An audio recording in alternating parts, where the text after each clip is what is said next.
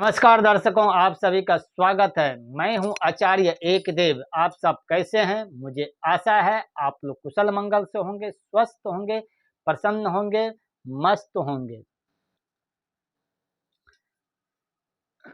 आज हम बात करते हैं चंद्र और आपके मन। आपके शरीर में सबसे महत्वपूर्ण चीज जो है वो आपका मन है। मन ही वह अंग है जो आपके पूरे शरीर पे अपना अधिकार रखता है। तो विषय पर जाने से पहले चैनल पे आप नए हैं तो चैनल को लाइक कर दें, सब्सक्राइब कर दीजिए, बेल आइकन को दबा दीजिए और ज़्यादा से ज़्यादा आप अपने मित्रों को शेयर करें।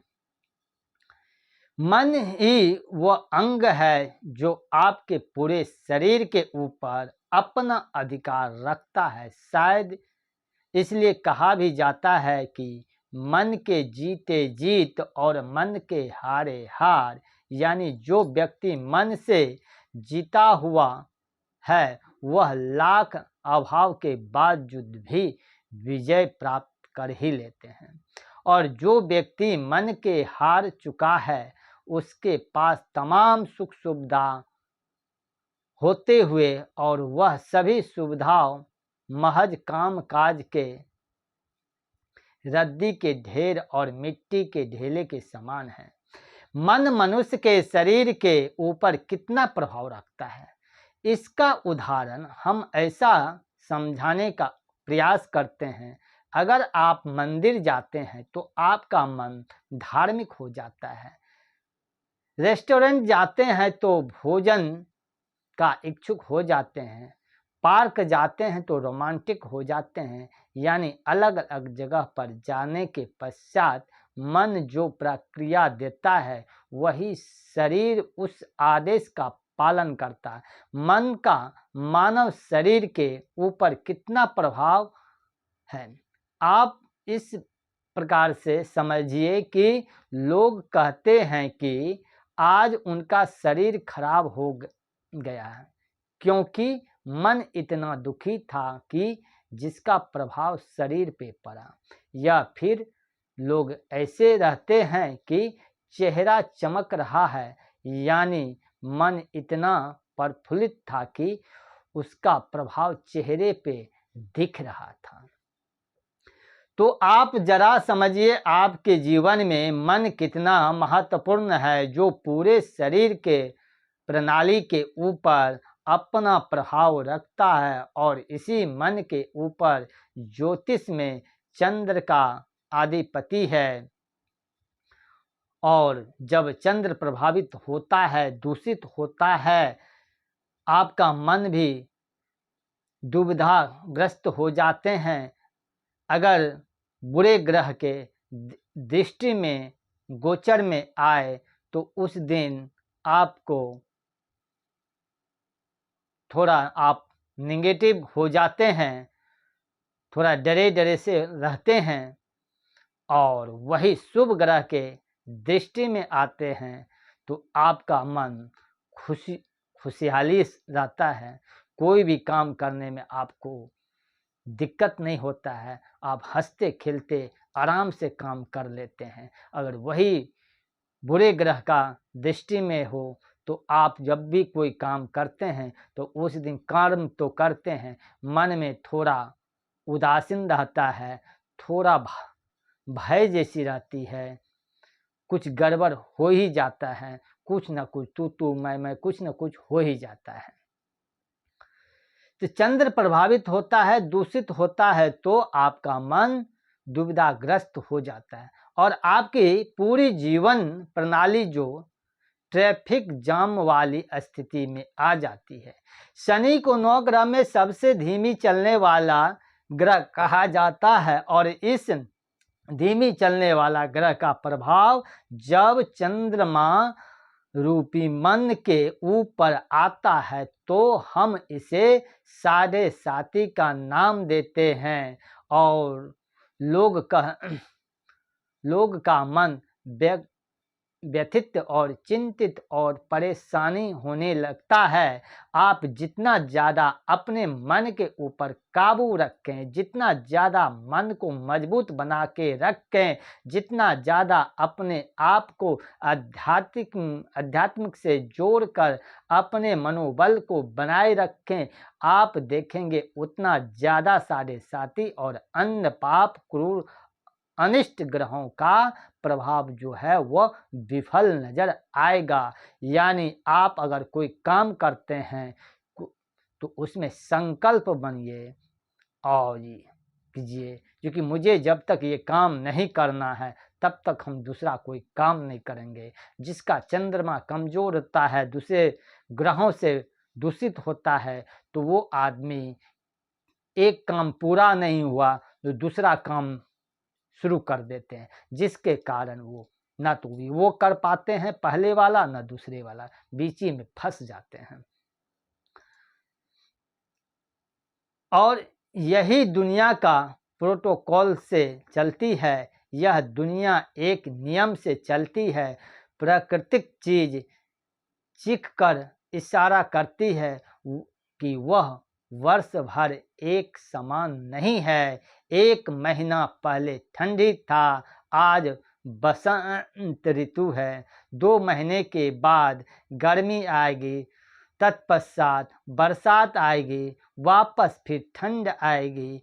यानी आपके प्रकृति खुद ही कहती है कि हम पूरे वर्ष एक समान नहीं रहते हैं। तो आपको भी समझना चाहिए, अगर आज अच्छा है तो कल बुरा नहीं होगा, आज अच्छा है तो कल उतना अच्छा नहीं होगा।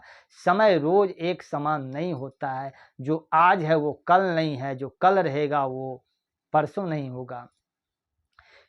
कभी दिन है तो कभी रात है, यानी प्रकृति खुद इशारा करती है। आपकी चलने वाली समस्या अस्थाई है, फिर भी सिर्फ और सिर्फ समय का इंतजार करके और अपने इष्ट का ध्यान करके बुरे समय को काटिए। अब यहाँ ज्योतिष की भूमिका क्या है? अच्छा ज्योतिष सिर्फ और सिर्फ एक सलाहकार होता है। ज्योतिष का पर्याय ही है ज्योतिष, यानी एक प्रकाश जो आप अंधेरे में भटक रहे हैं, तो एक अच्छा ज्योतिष आपको रास्ता दिखाएगा, बताएगा, प्रकाश देता है, ताकि आपके चीज जो है वो नजर आने लगे और किस दिशा में आपको चलना है, जो कि आपको अच्छा होगा, क्या करना चाहिए जो कि आपको इससे राहत होगा। जिस तरह से लोग सभी चीज़ों का उपाय पूछते हैं, तो ध्यान रखिए सभी चीज़ों का उपाय नहीं होते हैं। कुछ प्रारब्ध भी होते हैं जिन्हें भोगना ही पड़ता है। बरसात गर्मी ठंडक बरसात गर्मी ठंड यह एक प्राकृतिक है, जिसे कोई ज्योतिष रोक नहीं सकता है। एक अच्छा ज्योतिष बारिश में से बचने के लिए आपको छाता का इस्तेमाल करने के लिए बोलेंगे। रेनकोट का आप सहारा ले सकते हैं। ठंड के अच्छा स्वेटर, जैकेट, कंबल ये आपको करेंगे, पहनेंगे, गर्म खाएंगे, तो उससे आपको ठंडी से बचाव होगा। इसी प्रकार से ग्रहों का उपाय करने के लिए ज्योतिष बताते हैं। करना आपको है, जिसे आप ठंड से, बरसात से, गर्मी से, लू लगने से बच जाते हैं। बाकी आपके प्रारब्ध से बचने वाली एक ही वह आपके इष्ट सच्चिदानंद भगवान श्री कृष्ण, भगवान श्री राम, यानी इष्ट जिनके आप आराधना करते हैं, नाम उनके आप जपते रहिए। इससे आपको बहुत लाभ मिलेगा।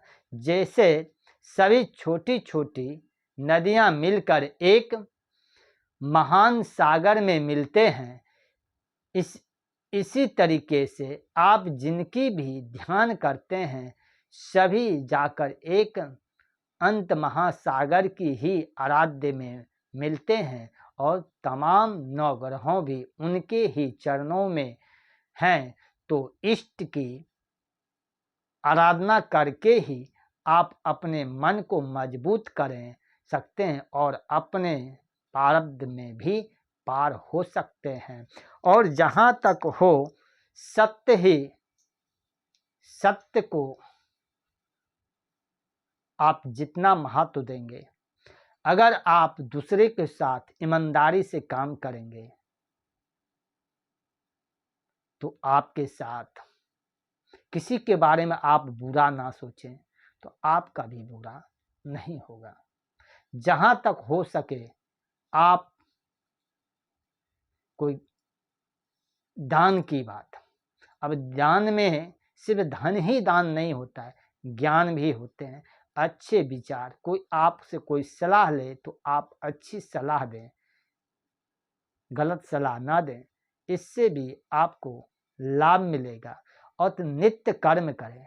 बहुत आदमी तो ऐसे हैं जो कि 1 महीने तक अगर किसी ने उपाय किया हनुमान जी का तो वो करते हैं 1-2 महीने, 3 महीने, 4 महीने, 5 महीने, 6 महीने, अगर उसके मन मुताबिक उनको लाभ नहीं मिलते हैं तो हनुमान जी को छोड़ करके शिव जी के पास पहुंच जाते हैं। शिव जी के पास नहीं मिला तो राम जी के पास चले जाते हैं। तो अगर आप आज के डेट में यही होता है, अगर लाभ ना मिले तो भगवान को भी बदल देते हैं। तो ऐसा ना करें। भगवान को कुछ पड़ी नहीं है, आप बदलिए ना बदलिए, आप भगवान को हनुमान जी के रूप में मानिए या भगवान राम के रूप में मानिए, कृष्ण के रूप में मानिए, राधा के रूप, किसी भी रूप में आप मानिए, सब एक ही है। सिर्फ आपके समझ की बात है, आपके सोच पे निर्भर करता है। और वहीं पे देख लीजिए कितने तपस्या साधु संत किए, सब गए, लेकिन सबरी देखिए, सबरी के पास स्वयं भगवान प्रभु राम गए, ताकि सबरी के अंदर आत्मविश्वास था, आस्था था। इसलिए आप भी कोई काम कीजिए, कोई भी भगवान या किसी भी गुरु को आप अटल विश्वास से करें। कोई पूजा पाठ करते हैं तो विश्वास और श्रद्धा से करें। बहुत आदमी ऐसे करते हैं, पूजा में भगवान के लिए घी बोलते हैं, दुकान में पूजा के लिए घी चाहिए, 3rd क्लास का जो घी आप नहीं खा सकते हैं वो भगवान को हवन में आप डालते हैं। तो ऐसा नहीं करना चाहिए। जो आप नहीं खा सकते वो भगवान कैसे खाएंगे। तो इसीलिए आप जब भी करें शुद्ध करें, साफ सुथरा करें। जिस तरह से आप अपने खाने के लिए साफ सुथरा भोजन यूज करते हैं, उसी तरह से आप भी भगवान के भोग के लिए, प्रसाद के लिए आप साफ सुथरा लें। हर चीज़ ये नहीं कि दान के लिए, पूजा के लिए अलग सामान, तो ऐसा ना करें। ये आपका सोच ही आपको लाभ तक नहीं पहुंचने देता है। चंद्रमा जो है, आपके शरीर जो है वही आपका लग्न है और आपका मन जो है वही चंद्रमा है। शरीर आपका गाड़ी है, उसका ड्राइवर जो है वो मन है। तो इसलिए चंद्र को अपने मन में हर वक्त पॉजिटिव बात सोचें, अच्छी अच्छी बात सोचें, अच्छी अच्छी बात बोलें। किसी से भी बात बोले, कहीं पे अगर गलत बात हो रहा है तो उस जगह वहाँ पर बैठना, वो लोग से आप दूरी बना कर रखें और इससे आपका चंद्र भी मजबूत होगा। इसी के साथ अपने वाणी को यहीं पे विराम देता हूँ। चैनल पर नए हैं तो चैनल को लाइक कर दीजिए, सब्सक्राइब कर दीजिए, बेल आइकन को दबा दीजिए और ज़्यादा से ज़्यादा आप अपने मित्रों को शेयर कीजिए और प्रेम से बोलिए राधे राधे, राधे राधे। कमेंट बॉक्स में राधे राधे कमेंट करना ना भूलें।